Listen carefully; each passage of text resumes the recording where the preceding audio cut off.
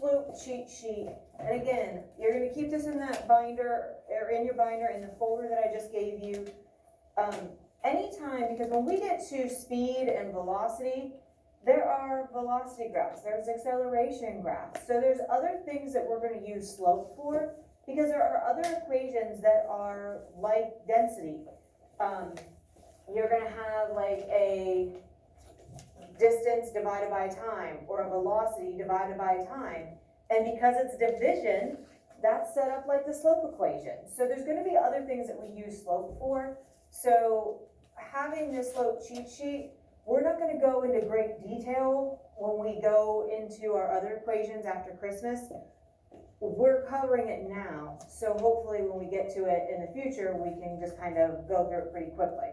Right, but I do want to be thorough and explain like where this came from, and this probably is going to look more familiar to you with your math stuff that you're going through right now. So some things to keep in mind, the equation for slope is rise over run.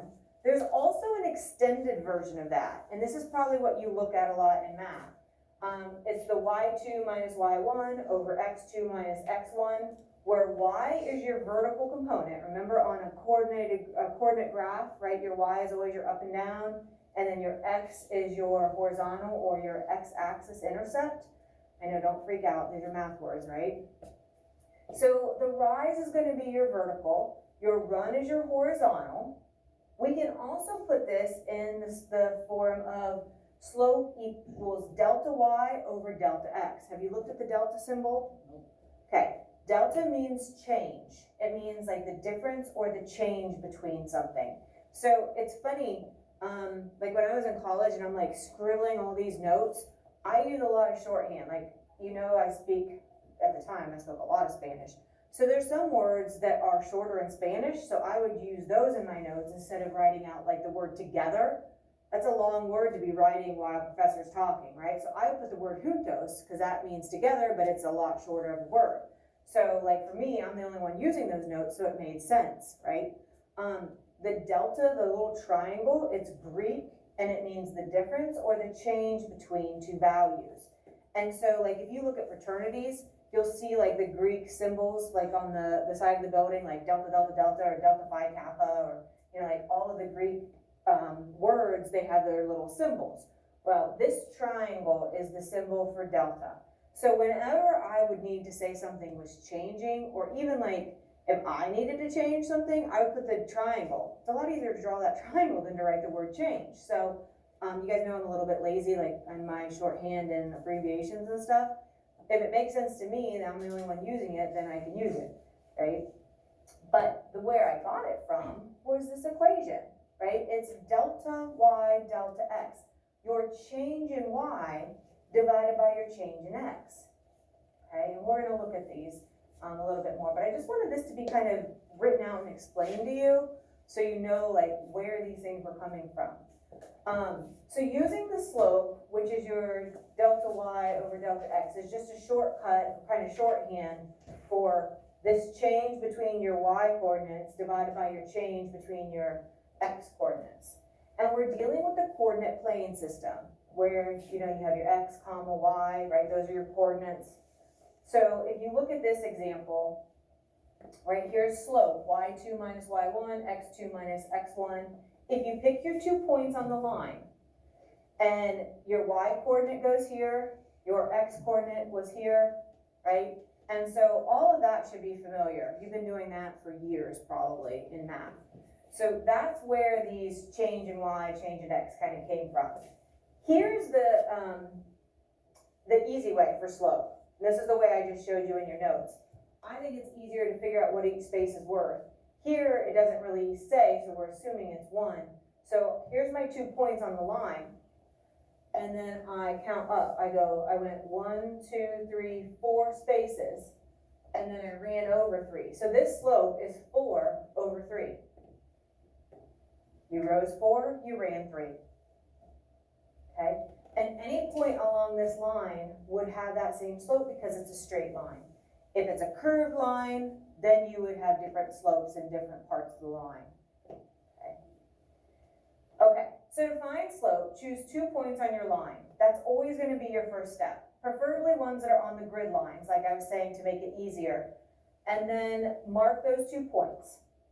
Identify where those 2 points cross the Y, right? It crosses here and it crosses here.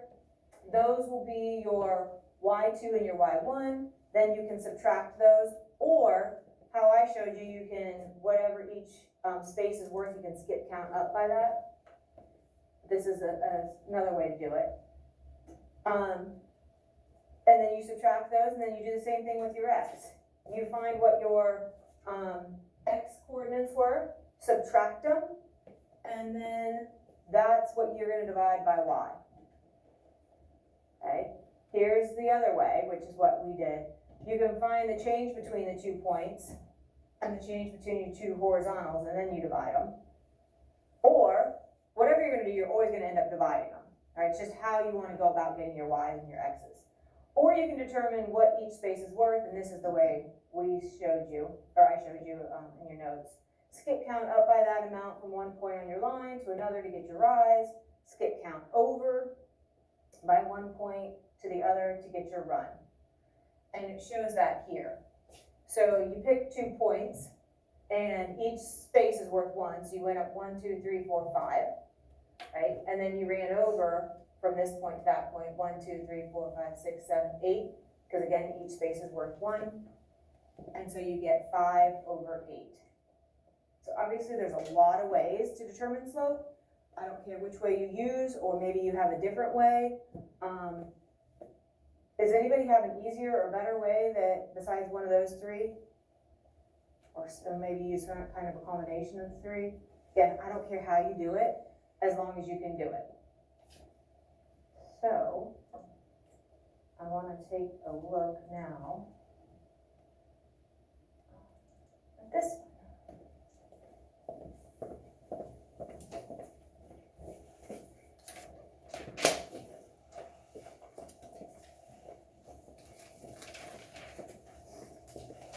All right, so put your name on this one.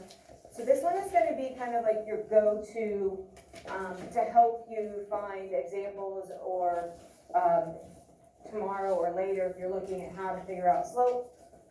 These ones will be your example page. You're welcome.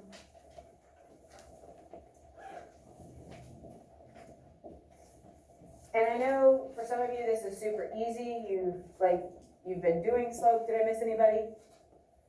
And others of you, this is not going to be as comfortable. I totally get that. So I'm going to try to give you lots of examples so you can find a way that is comfortable for you. But again, the first thing you always do, put 2 points on the line that cross the grid line, and then you can kind of go from there. And it says, now what does all this have to do with density? Well, we know that the y-axis is mass, and that the x-axis is volume, and those match our density equation variables. So the first question wants us to calculate slope. So we're looking at line A. So we can pick any 2 points on the line. Somebody want to give me points? Anybody care what to use? Want me to pick them? They go. What do you want to use for line A? 130 and 390. Say, no, wait, what? I'm doing it like x1 as in volume up. Like 1.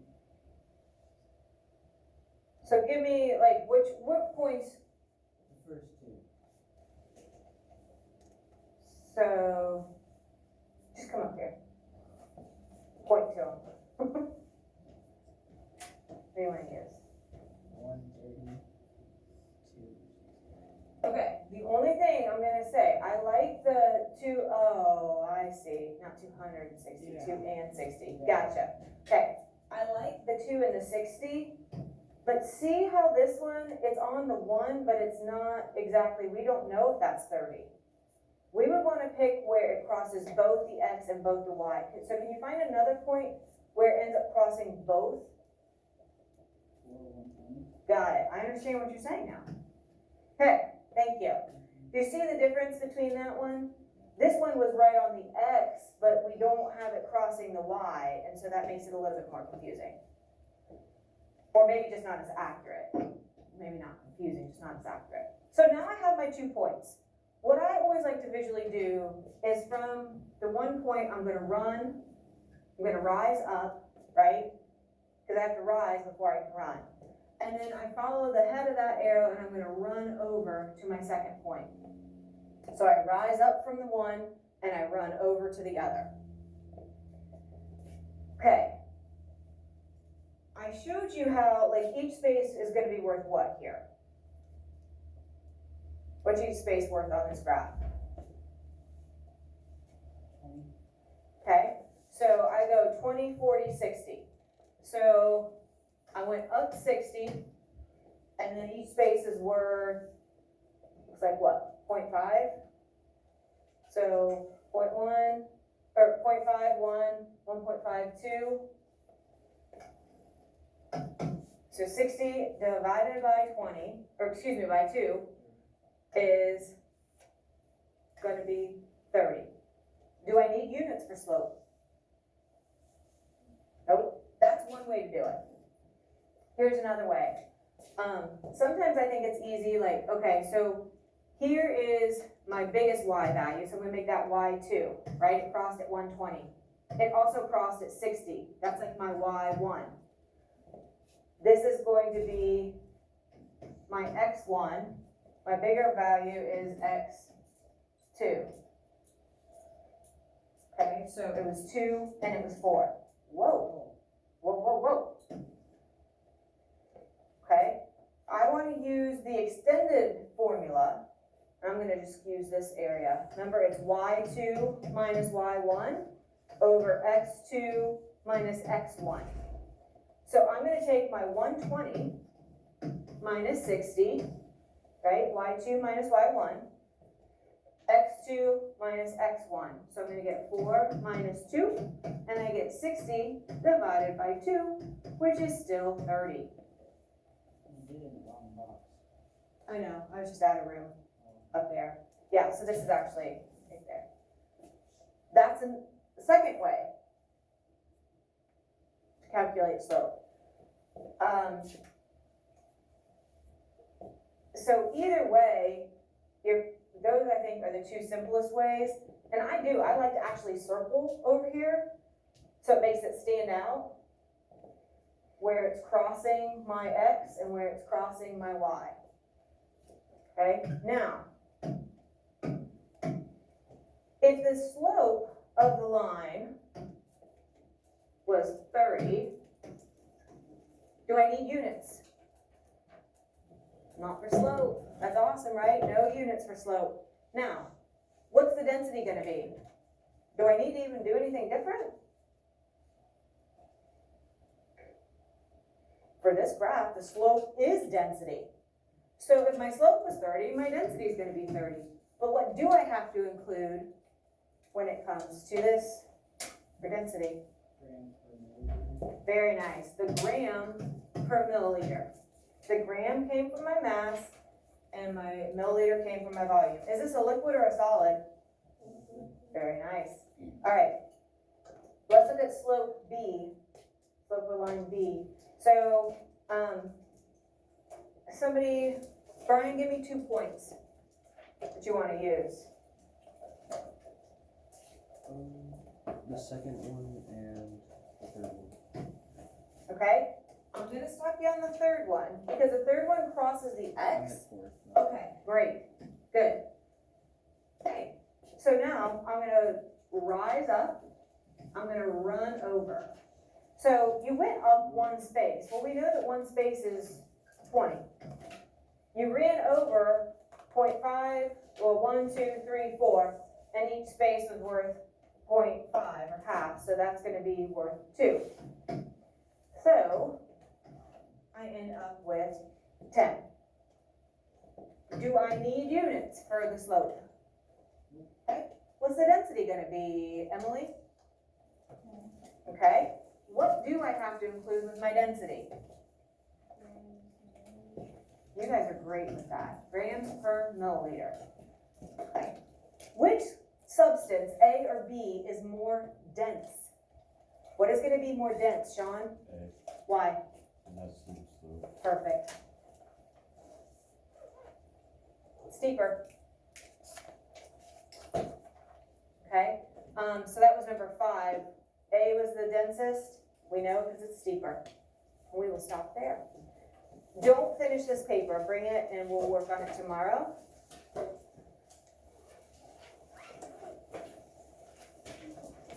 What do you guys think? Good? Okay. Some years people struggle with slope, so I never quite know like how in depth we need to be. But it's good to see you guys today. Have a great Tuesday. And I'll see you tomorrow.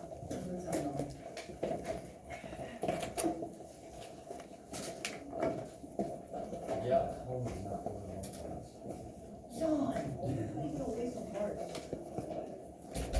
See you 6th period. 2000? Oh. And the actual room was